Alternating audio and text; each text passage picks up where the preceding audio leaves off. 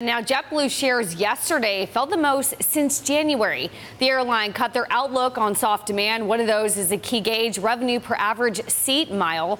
Bloomberg's Guy Johnson spoke with the company's COO.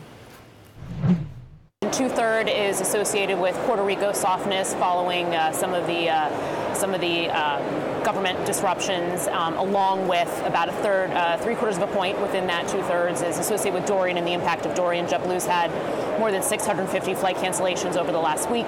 The remaining third, we described it as macro softness.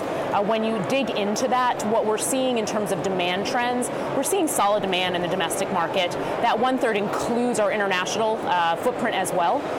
So, domestic remains solid. We're pleased with where it's headed. It's consistent with what the other carriers in the United States are seeing. But we felt that based upon early trends in May, June, July, we expected 1% more in terms of RASM increase, and we just didn't see it. So. Okay, so what you're saying is you're not seeing any clearly defined trend in terms of demand in the United States? Correct. With regard to the domestic market in the United States, we are not.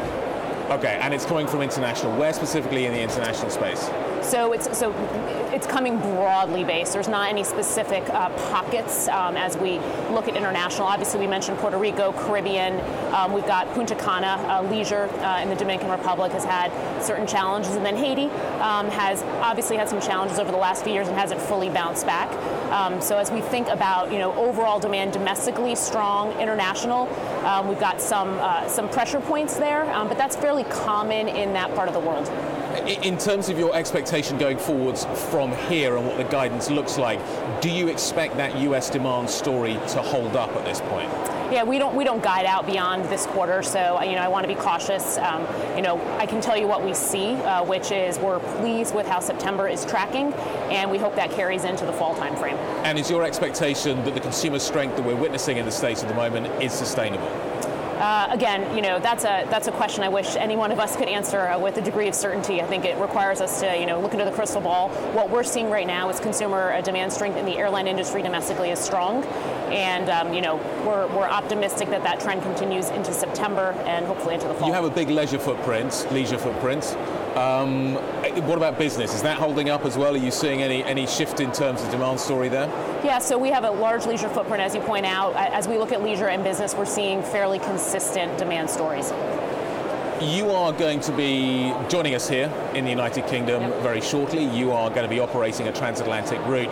The big question that everybody over here wants an answer to is, where am I going to get on a JetBlue plane here in the United Kingdom?